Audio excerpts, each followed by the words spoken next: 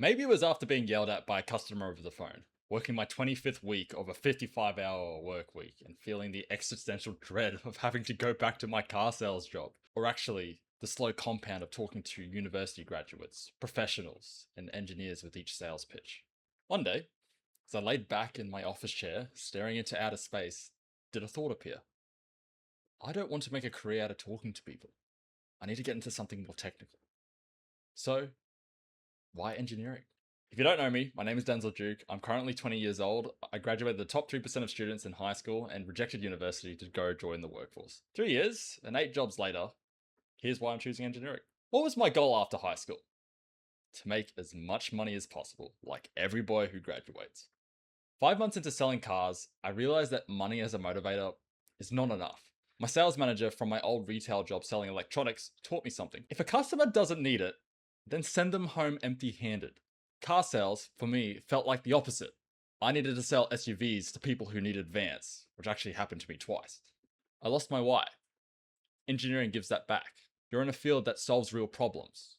For example, whenever I was in Tokyo, I'm always in awe riding the train line, the same system that transports 20 million passengers every day.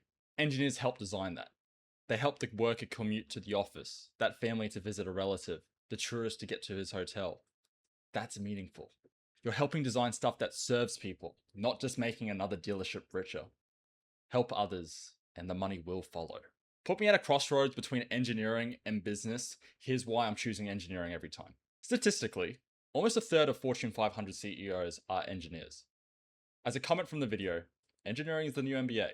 You can teach a physics student business, but you can't teach a business student physics.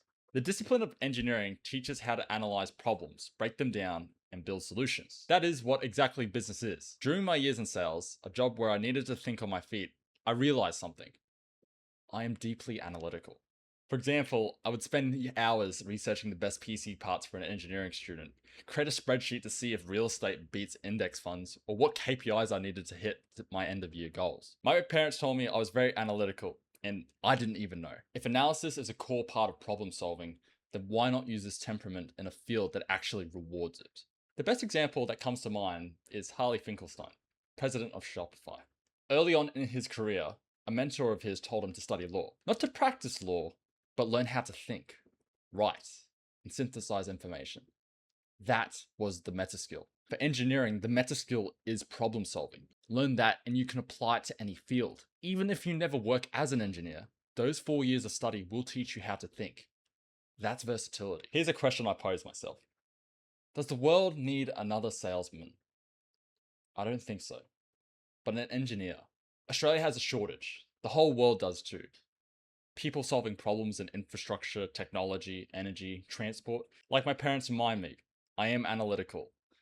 I have an academic gift. It would be a waste to have a God given gift and not use it on the things that actually matter.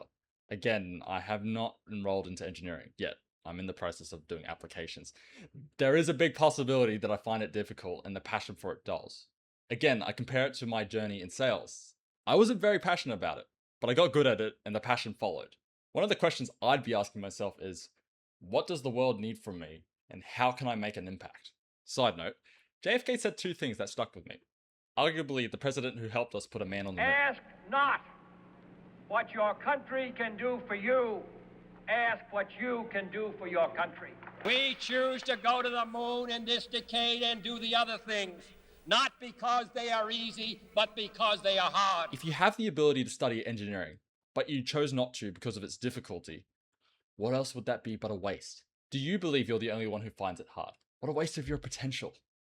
The world has problems. Engineers solve them. That's why I'm choosing to study it. Look, if you know you're wanting to be a doctor, lawyer, nurse, teacher, great. This video isn't for you. This is for the fence sitters, the guys who like technology, who did well in school and aren't too sure if university will be worth it.